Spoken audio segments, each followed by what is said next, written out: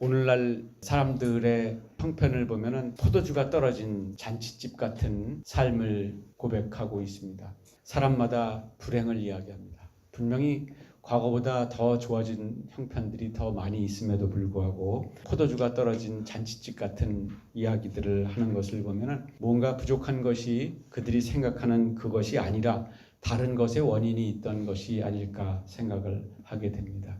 오늘 이 말씀 속에서 포도주가 떨어진 이 잔치집 이야기, 이 상황은 유대인들의 결혼 풍습에 1년 전에 약혼을 하고 1년 동안을 각기 자기 집에서 살다가 1년 후에 혼례를 하는 것입니다. 그런데 이 혼례는 신랑이 신부를 자기 집으로 데리고 오고, 저도 어렸을 때 생각해 보면은 그 신부가 이렇게 가마를 타고 오는 그런 모습을 많이 봤어요. 신랑이 가마의 행렬을 이끌고 자기 집으로 데리고 오면은 이제 그때서부터 연회가 시작되는 것인데, 이 잔치는 동네의 잔치입니다. 그래서 그 1년 동안 약혼을 하고 나서 신랑이 무슨 일을 하느냐 하면은 우선 거처를 준비를 합니다.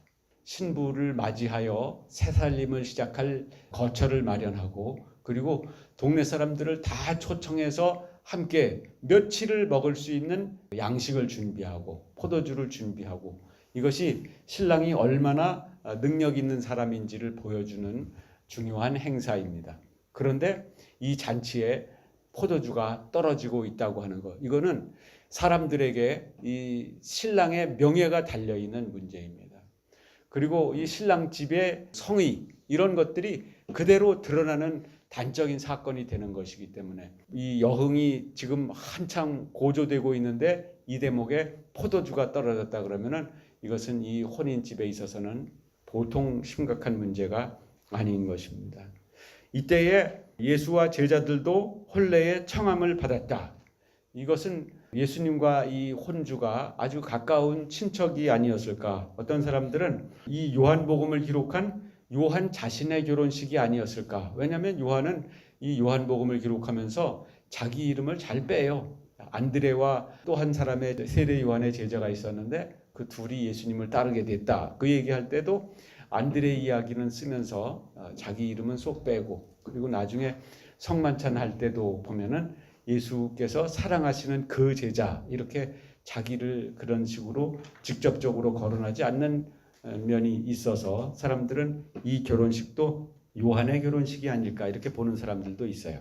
이때에 예수님의 어머니도 거기 계시고 그의 제자들도 혼례의 청함을 받았다 하는 내용도 그 사실을 뒷받침할 수 있는 내용이 될 수 있겠죠. 그런데 이 잔치에 예수님이 분명히 계시잖아요.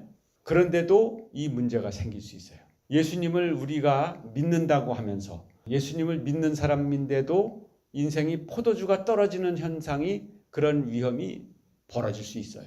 그것은 왜 그런가 한번 그 뒤에서 좀 살펴보려고 합니다. 그리고 3절에 보면은 포도주가 떨어졌다고 하는 사실을 이야기하고 예수의 어머니가 예수에게 이르되 저들에게 포도주가 없다. 이 사실을 이 마리아가 예수님에게 알립니다. 그랬더니 예수님께서 여자여 나와 무슨 상관이 있습니까? 내 때가 아직 이르지 아니하였습니다. 이것은 예수님이 마리아의 그 청원을 들어주겠다는 것 같아요? 들어주지 않겠다는 것 같아요?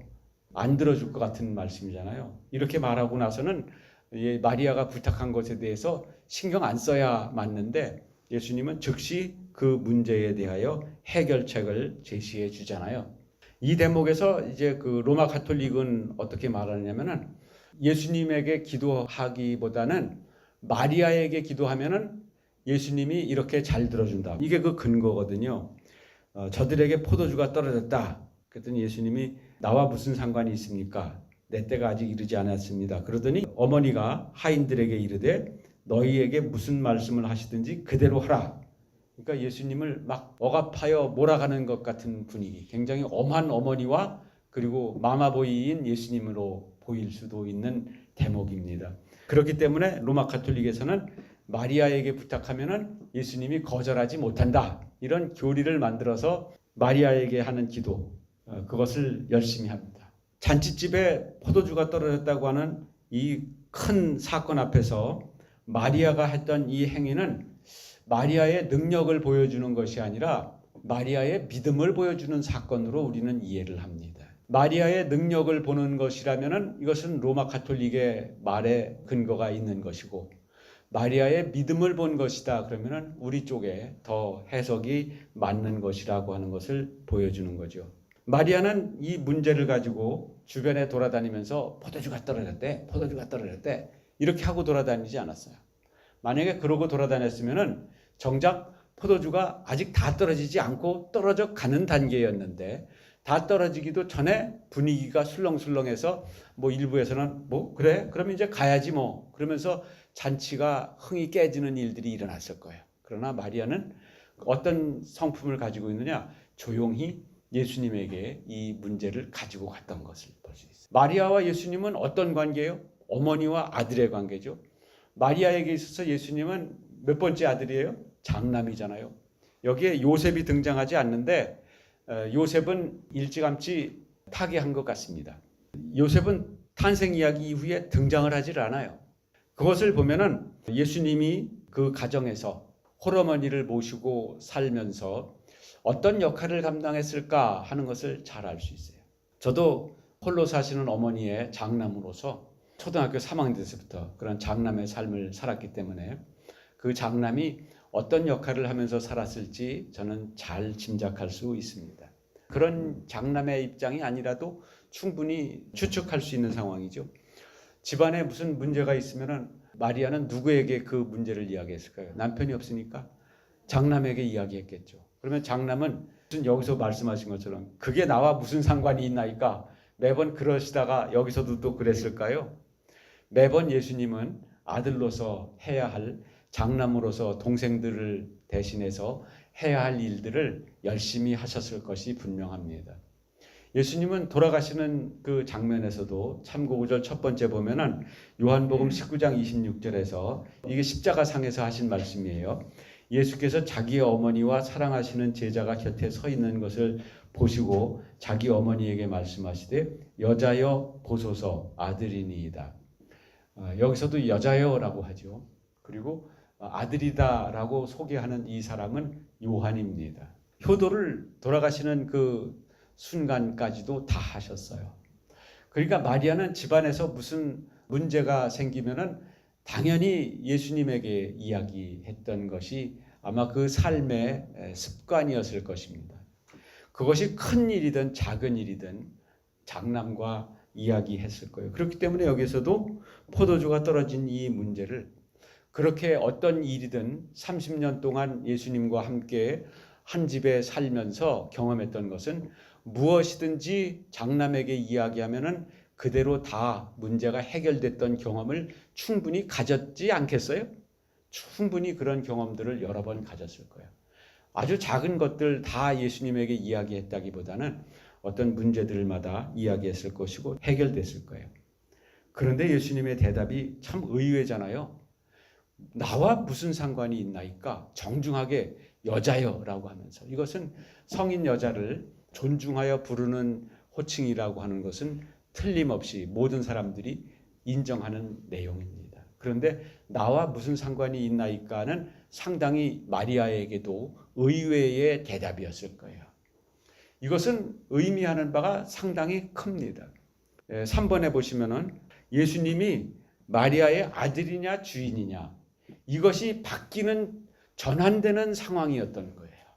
예수님이 이제는 더 이상 공생애를 앞두고 이제 벌써 그 사흘째라고 1절에서 말씀하고 있는데, 이것이 무엇으로부터 사흘째냐 하면은 안드레, 베드로, 요한 그리고 빌립, 나다나엘 5명의 제자들을 이렇게 한 사람 한 사람 부르시는, 첫째 날 부르신 것이 안드레와 요한과 그리고 이튿날은 빌립과 나다나엘 이렇게 부르시고, 셋째 날 이미 제자들이 그 잔치집에 같이 있었다 그랬는데 그 5명이 예수님과 함께 있었던 거예요. 그러니까 그 기간 동안에 이제 예수님은 공생애를 시작하셨다고 봐야 될까요? 아직 시작 안 하셨다고 봐야 될까요? 제자들을 불렀으면 이미 공적 생애가 시작된 거예요.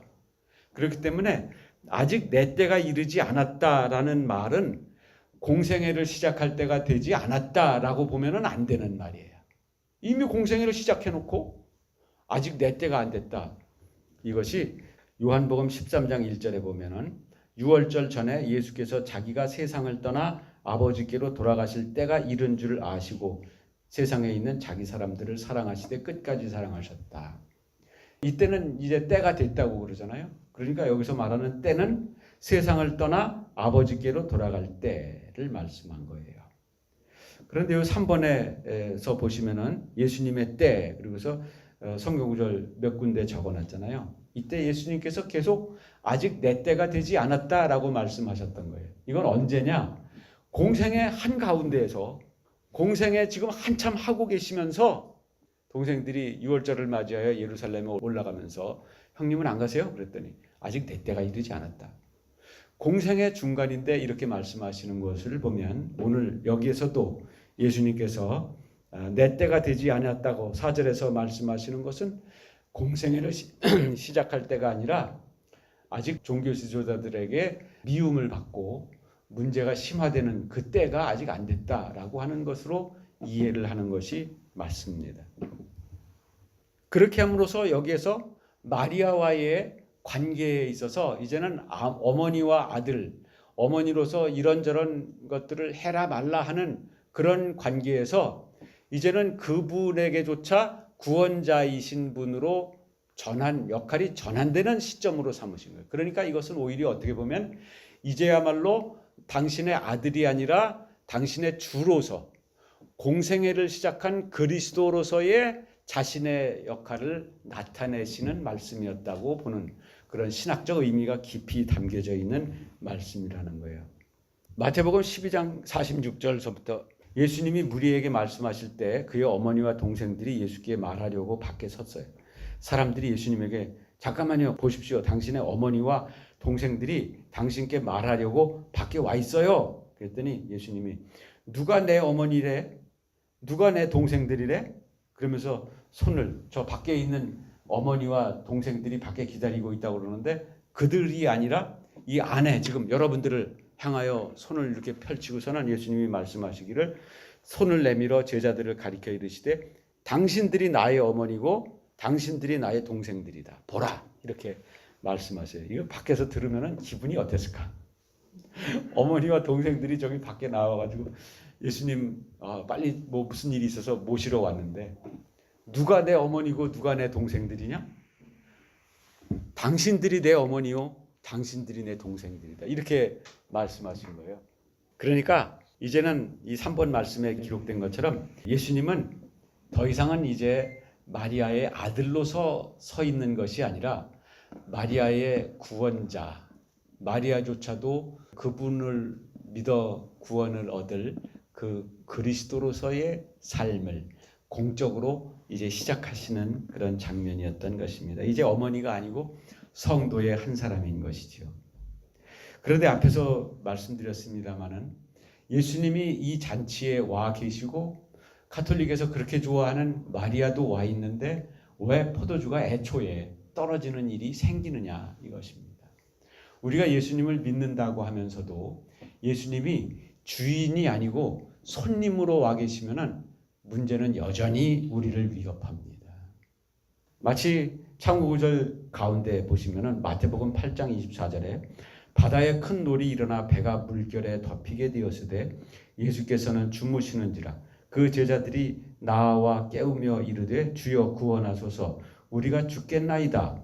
예수께서 이르시되 어찌하여 무서워하느냐 믿음이 작은 자들아 하시고 곧 일어나 바람과 바다를 꾸짖으시니 아주 잔잔하게 되었다. 그래서 제자들이 놀라서 도대체 누구시기에 바람과 풍랑이 잔잔해지는가 이렇게 놀랬다고 기록하고 있잖아요. 그러니까 예수님하고 같은 배를 타고 가는데도 믿음이 없으니까 이 풍랑에 이제는 우리가 꼼짝없이 죽게 생겼다라는 생각을 가지는 거잖아요. 이 잔치집에 예수님이 와 계시는데 포도주가 떨어지는 것은 그래서 그것이 위기라고 생각하고 이 잔치 이제 끝났네. 이 신랑 신부 이제 어떻게 하면 좋은가? 이렇게 절망하는 삶이 되는 것은 예수님이 여전히 손님으로 와 계시기 때문에요. 우리의 인생 가운데 포도주가 떨어진 것 같이 맛없는 인생이 되어버린 이유가 무엇이라고 생각하십니까?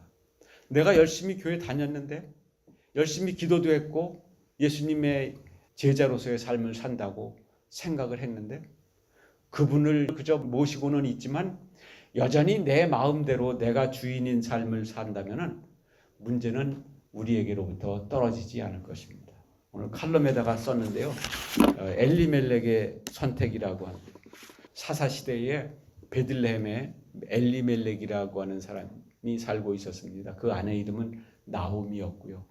베들레헴 유다 지파인데요. 그곳에 기근이 들어가지고 먹을 것이 없어서 이제 어떻게 하면 좋은가 하면서 이 가장이 내린 결정이 뭐냐면은 모압 땅으로 이민 가자. 거기 가면은 살 길이 열릴 거야. 그래서 이민 갔다가 자기도 죽고 두 아들도 죽고 두 며느리와 시어머니 나오미만, 여자 셋만 남은, 정말 포도주가 떨어져도 아예 포도나무까지 죽어버린 것 같은 그런 인생이 되어버렸잖아요. 그렇게 되기까지는 이 엘리멜렉의 선택을 생각해 보면, 그가 이름의 뜻을 보면은 하나님은 나의 왕이시다, 그 뜻이거든요. 그런데 어떻게 그가 이런 결정을 내릴 수 있을까? 신명기 말씀에 23장 3절에 보면은 암몬 사람과 모압 사람은 여호와의 총회에 들어오지 못하리니 그들에게 속한 자는 10대뿐이 아니라 영원히 여호와의 총회에 들어오지 못한다. 이 모압 사람들은 하나님의 백성이 될 수 없다. 그들을 이민으로 받아들이지 말아라. 이런 말씀이거든요. 아니, 하나님은 나의 왕이라는 뜻의 이름을 가진 엘리멜렉이 어떻게 다른 사람은 그래도 굶어도 베들레헴을 지키며 살고 있는데 모압 땅으로 이민을 갈 생각을 하고 있었을까? 그가 내린 결정은 좋은 선택이 아니었던 것이 드러났죠. 우리는 예수님을 믿는다고 하면서도 주인으로 모시지 않고 손님으로 모시는 한 그분의 능력을 경험할 수 없습니다. 포도주가 떨어진 것은 애나 어른이나 다 마찬가지예요. 애들도 힘들어하고 어른들도 힘들어하고 남녀노소 다 힘들다는 사람들밖에 없습니다. 우리의 이런 인생의 문제는 이제 예수님에게 이 마리아가 그런 면에 있어서 참 그 믿음의 선택을 잘 내리잖아요. 너희에게 무슨 말씀을 하시든지 그대로 하라. 이것은 마리아가 예수님의 말씀을 여자여 나와 무슨 상관이 있나이까 아직 내 때가 이르지 않았나이다 라는 말씀을 거절로 받아들이지 않았다고 하는 것을 분명히 보여주고 있잖아요. 야, 마리아가 성격이 이상한 사람이라 종들에게 안 해주겠다는 거야? 야, 저분이 시키는 대로 다 해라. 이건 무슨 뭐 어거지로 예수님을 코너로 몰아붙이는 말같이 보여요? 그게 아니에요. 예수님의 말씀에 깊이 있는 그 의미를 마리아는 알아들었던 거예요. 다른 사람은 몰라도 예수님이 기저귀 찰 때부터 자기 젖으로 먹여 길렀던 그 아들과 정말 가장 깊이 교감할 수 있었던 사람이잖아요. 그렇기 때문에 마리아에게 기도하라는 것이 아니라 그만큼 마리아는 이제 예수님에 대한 전적인 신뢰로 이제는 어머니로서가 아니라 성도의 한 사람으로서 믿음의 모본이 될 수 있는 존경, 그만큼의 존경은 충분히 우리가 마리아에게 지불할 수 있습니다. 그래서 마리아는 예수님을 잘 알았던 거예요. 예수님이 이 문제의 해결책을 분명하게 제시하실 것이라고 하는 그런 기대를 가지고 있었던 것입니다. 그런데 이제 이 말을 받은 사람들이 있잖아요. 6절에 보면은 거기에 유대인의 정결 예식을 따라 두세 통 드는 돌 항아리가 있는데 여기서 한 통이라고 하는 것이 도량형으로 약 한 40리터 정도를 말하는 거예요. 한 통은 40리터다. 그런데 두 통이면은 80리터고 세 통이면은 120리터잖아요. 굉장히 큰 항아리예요. 옛날에 간장 담는 항아리가 막 한 초등학교 한 2학년, 3학년 키만큼 큰 항아리. 이 정결 예식이라고 하는 것은 유대인들이 율법에 정해진 의식이에요. 이것은 위생을 위해서 손을 씻는 행위가 아니고 그 예식을 위해서 씻는 행위예요. 손에다가 물을 이렇게 붓는 거예요. 그러니까 약간 이게 200ml 정도 되는데 이거 정도 이렇게 손에다가 손님이 오면은 현관에서 종들이 이렇게 손에 물을 부어주는 거예요. 그러면은 이렇게 손을 씻는. 그러니 6통이나 드는 그 물을 다 썼으니까 이 통이 비었겠죠. 그만큼 손님이 많이 온 거예요. 이 동네 사람들이 다 오고 그리고 원방에 사는 친척들까지 다 와서 이때 이 동네의 인구를 맥시멈으로 잡아도 1세기에 이 가나의 인구가 500명을 넘지 않았을 거라 그래요. 그러니까 아마 그 동네 모든 총 인구의 아마 한 2배 내지 3배는 오지 않았나. 그때 이 명령을 이제 마리아에게로부터 받은 사람들 7절에 보면은 예수께서 그들에게 이르시되 종들에게 항아리에 물을 채우라 하신즉 아귀까지 채웠다. 그러니까 적어도 100리터 정도씩을 양동이로 5개 정도씩 차는 항아리 6개를 채운 거예요. 중동은 물이 귀하잖아요. 가문 곳이니까 그거 채우는데 참 큰 수고를 해야만 했을 것입니다.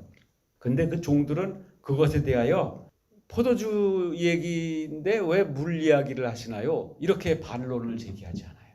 성경 말씀은 우리에게 때에 따라서는 앞뒤가 맞지 않는 것을 요구하는 것 같은 하나님의 말씀은 우리에게 순종을 요구하셔요. 지금 당장 발등에 불이 떨어졌다 그러는데 순종을 요구하시는 거예요.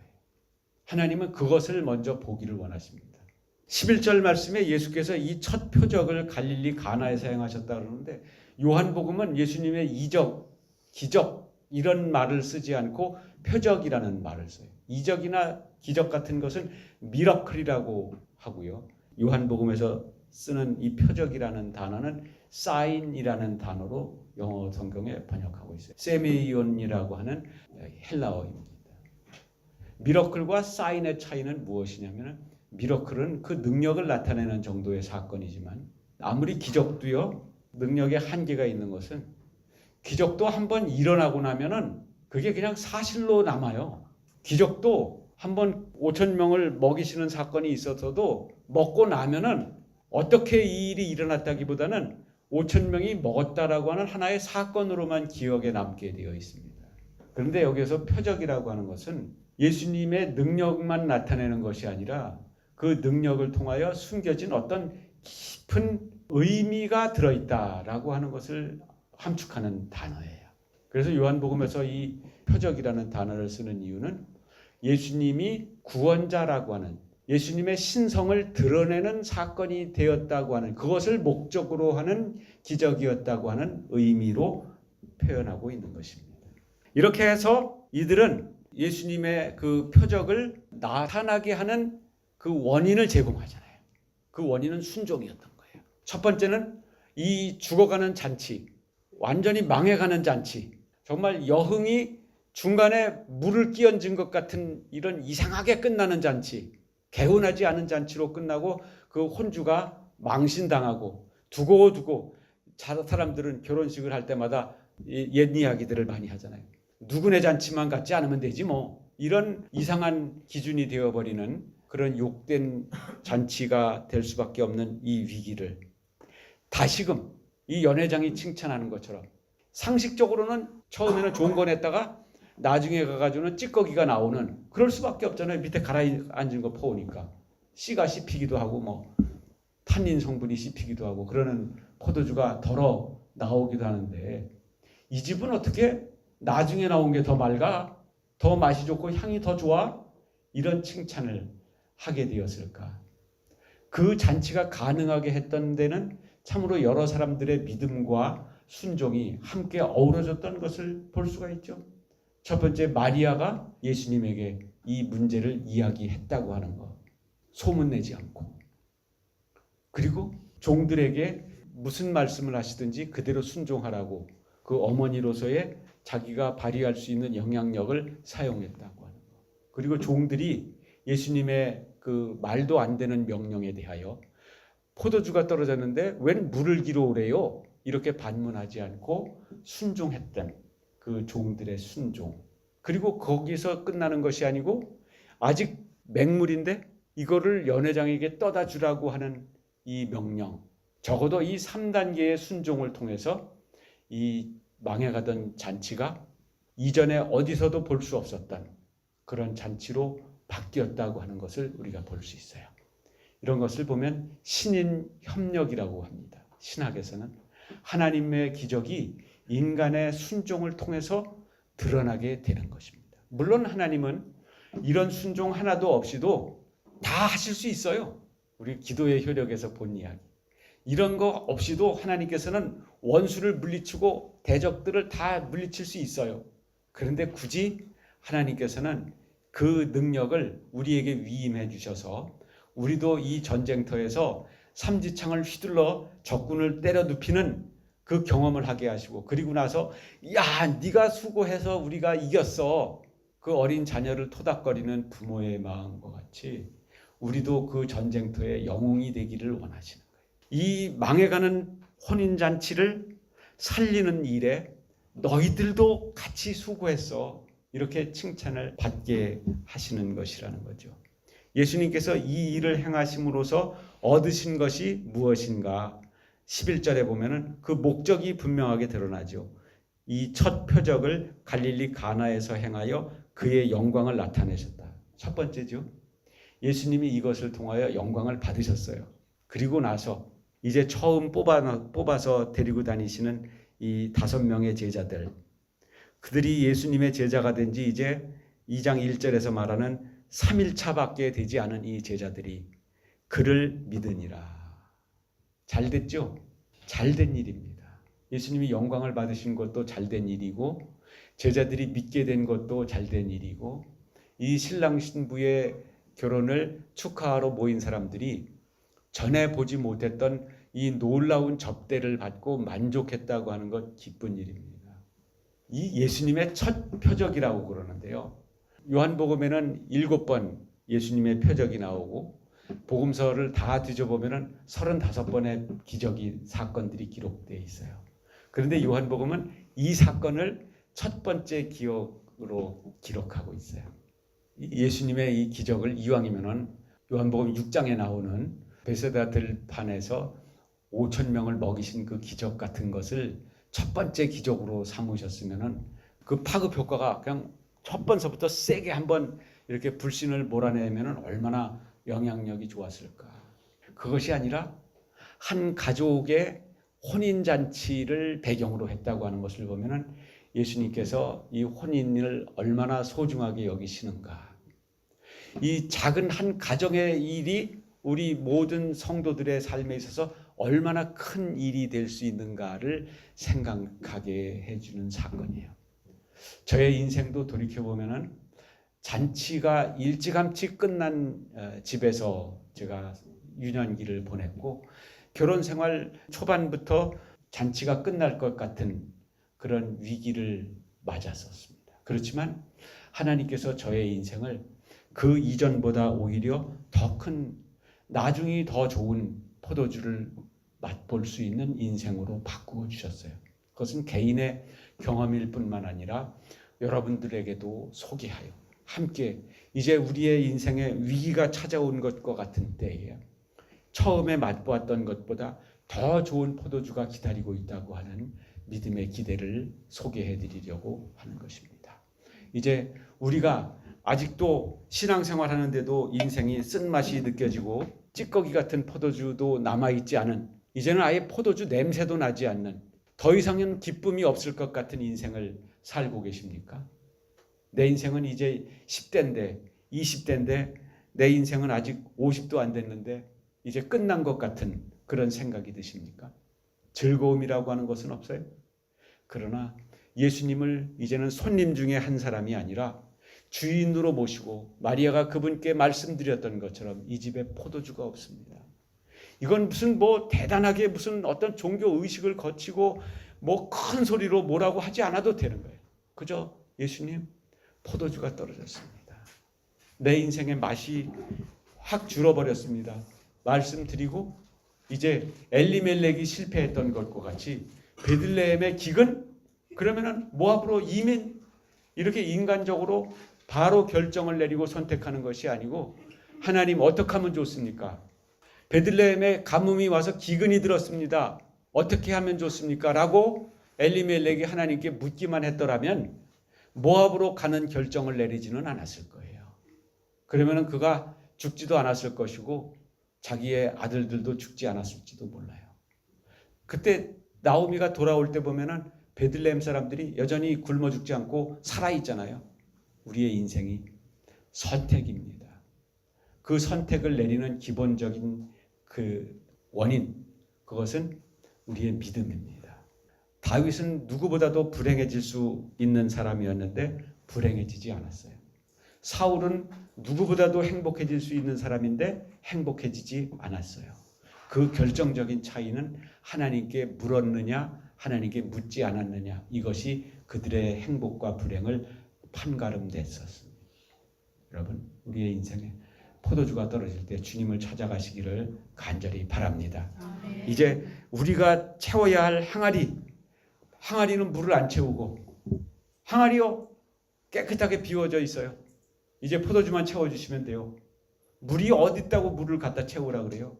너무 힘들어요. 아니면 절반쯤 채워놓고 나서 그만 채우면 안 될까요? 이게 아니고 끝까지 채우는 그 순종을 통하여 예수님이 영광을 받으시는 능력을 경험하기도 하고, 우리들이 예수님을 더욱더 믿는 기회도 되고, 그런 행복한 우리의 삶의 일들이 되기를, 우리의 위기가 변하여 오히려 더 큰 축복을 경험하는 그런 설날 되시기를 간절히 바랍니다. 하나님 아버지, 감사합니다. 예수님이 함께 계시면 두려움이 변하여 기쁨이 될 줄로 믿습니다. 다 끝난 것 같은 잔치가 더 큰 기쁨으로 회복될 줄로 믿습니다. 우리 인생 주님 앞에 맡겨드리오니 주여, 저희들의 인생 다시금 회복시켜 주옵소서. 예수님의 이름으로 기도드립니다. 아멘.